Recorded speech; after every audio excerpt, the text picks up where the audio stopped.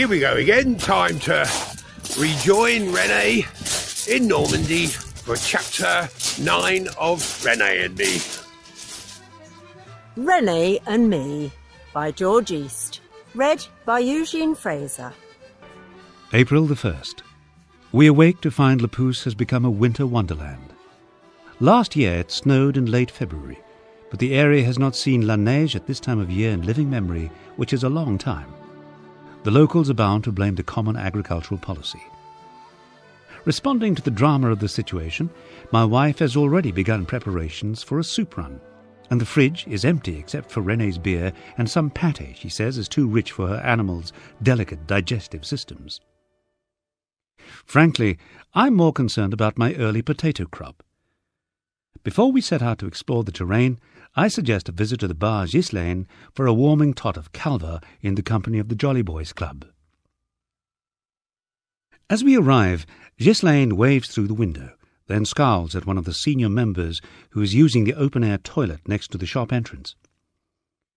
After adjusting his dress, he pats his crotch with a proud, proprietary air, and Madame Ghislaine responds by grimacing derisively and waggling her little finger in the air. Suitably and particularly chastened, as my wife has been a witness to his ritual humiliation, he pretends not to see us, and hurries back to more respectful male company. As a concession to the chilly day, a single oak log smoulders in the cavernous fireplace at the bar Ghislaine, and the JBC is in full session. Following the usual round of handshaking and polite inquiries as to the state of our livers, we are invited to join the party. This is a particular honour, as women are usually not welcome in rural bars, let alone when the daily debating school is in session and men can be men in public. As in pre-war Britain, the ladies of Cotentin still observe the tradition of letting their men appear to be in charge when out and about, excepting certain obvious arenas such as the shop, church, and when the patron is pushed too far, the bar Ghislaine. Today our panel consists of Mr. Maurice, his nephew Alain, Marcel Bernard, René, and old Pierrot. Apart from his age, most things are indeterminate about Pierrot. Few people outside his small circle of intimates seem to know what he used to do for a living, if he's married, or even where he lives, which is most unusual for any village.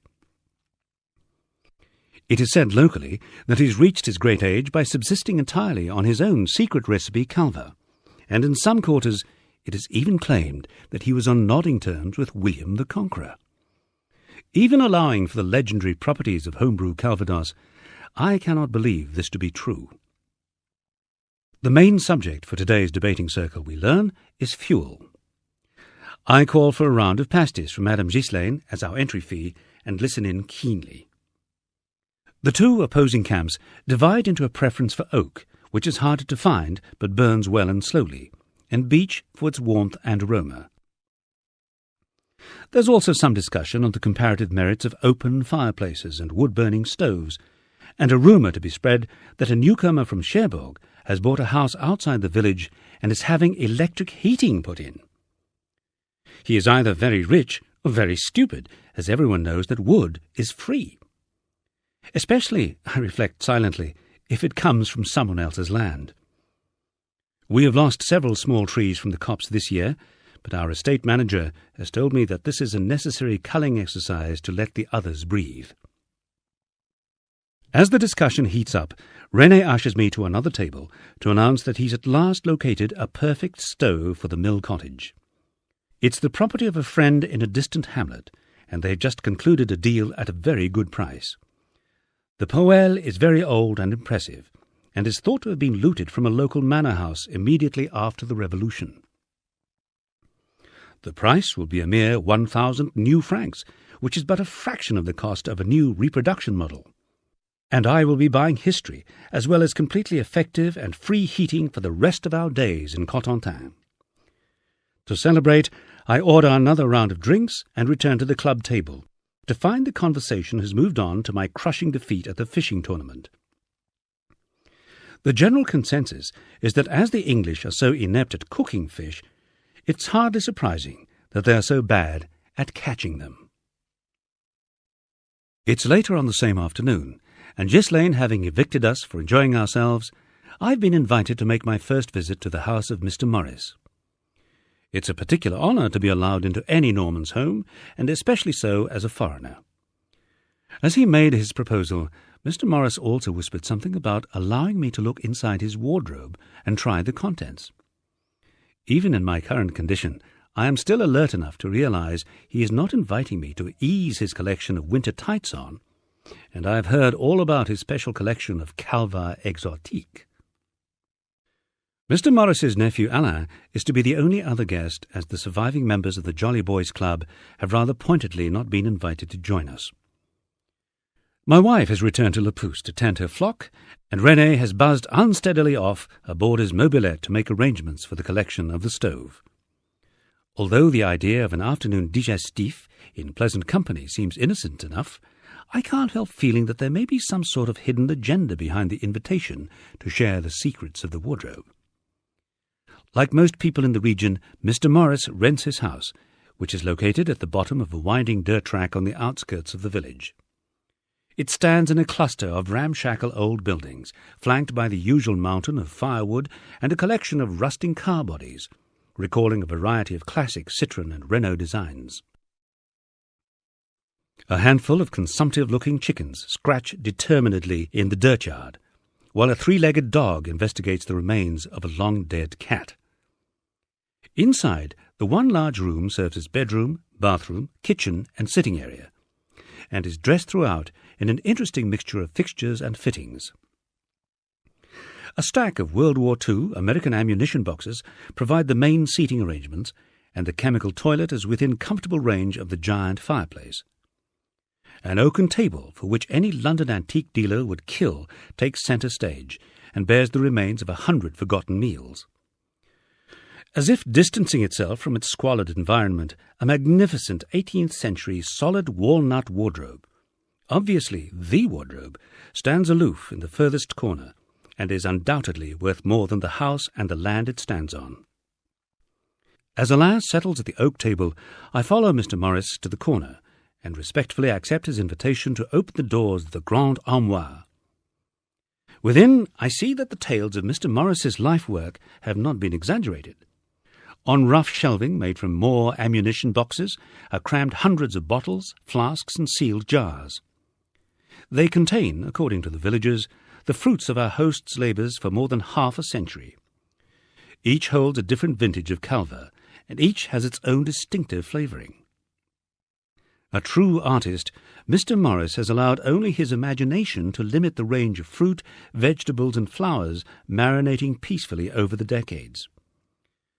Allegedly, certain intimate animal parts also lurk within the serried ranks of dusty containers. Alongside a coffee jar containing cherry gout, I discover raspberry, blackcurrant, chestnut, and even sunflower varieties. The deeper I explore the depths of the aromatic armoire, the more unusual and exotic the combinations become, and I await our first tasting with interest. After a brief lecture on the contents, age, history, and ingredients of the top shelf, our host selects what looks like a specimen jar, wrapped carefully in a pair of black tights to shield it from either light or prying eyes. I am reminded of the moment when my wife watched in fascination as Mr. Maurice hitched his trousers and adjusted his seams during our first encounter. Later, she was quite disappointed to discover that several layers of women's tights are considered locally to be far superior to thermal underwear and considerably cheaper. The jar is reverently unsealed, and the tasting begins. After an initial sip, I agree with our host that the flavour is, to say the least, interesting. And he explains that the hitherto secret ingredient is a very rare type of mushroom. Having dangled the bait, he and Alain continue to ply me with glasses of his special concoctions, each benefiting from the addition after brewing of fruit, flower, herb, or even animal parts. The afternoon wears on, and as ever, I find that the magical properties of calva are on full throttle. My patois has improved to such an extent and density that my host seems to be having no problem in keeping up with me as I let rip with a stream of anecdotes and explanations about English cricket, the history and development of the British pub, 1216 to 1949, and the trouble with our royal family. Like a scorpion, Mr. Maurice chooses exactly the right moment to strike before I become so far gone that I am unable to speak, let alone remember the remains of the day. Casually, he returns to the subject of his mushroom gout. Nowhere, he purrs, as we move on to a particularly piquant sweet corn vintage, can one find a finer variety of fungi than in a mature copse of mixed oak and beech in a wet soil, with a leaf mulch undisturbed for long years. As I attempt to nod sagely without headbutting the table, my host asks silkily if I am aware that I am the owner of exactly such a copse. Gamely trying to concentrate and avoid the proposition that I just know will arrive with the next glass, I say yes, I do know that the copse at Le Pouce is such a unique occurrence. Is it not then a shame, he asks, pressing me to try a soupçon of the daffodil calva, that I am absent so often at exactly the time that the various fungi in the copse are precisely right for gathering, that they should be wasted on the casual visitors who raid my land without any repayment? I agree, but ponderously explain that this is precisely why I have come to an arrangement with Coco that he should have full gathering rights in exchange for our annual mushroom omelette orgy. Topping up my glass, Mr. Maurice points out that as far as all sensible and informed critics are concerned, his nephew Alain is in fact a far superior fungi collector than Coco, accomplished as their good friend undoubtedly is. In fact, he and Alain have been discussing the matter and have come to an agreement on how best to approach the situation. Would it not be an ideal solution to continue the arrangement with Coco, but allot he and Alain alternate days of exclusive access to the copse? That way, both would be free to indulge their expertise and enthusiasm. I would continue to enjoy my yearly omelette, and would also receive an annual gift of a bottle of the finest mushroom gout. At this stage I am beyond argument, and in seconds Mr. Maurice has produced an official agreement, which he just happens to have drawn up in the case that I should be in agreement. I sign away half the harvesting rights to my copse for all eternity, and the deal is celebrated in suitable fashion. My only problem now is explaining the new arrangement to Coco, and finding my way back to Le Pouce. I eventually make my excuses and leave, bid an emotional farewell to the dead cat, and begin my unsteady journey home. Over the next hour, I rest frequently on the verge to take my bearings and reflect that, despite my engagements with the Fox of Cotentin, I still have a lot to learn about the way business is done in my new home.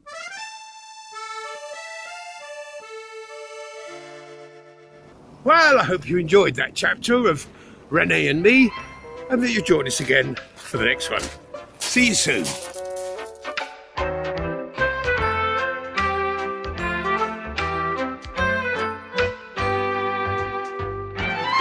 René and Me. Written by George East and read by Eugene Fraser.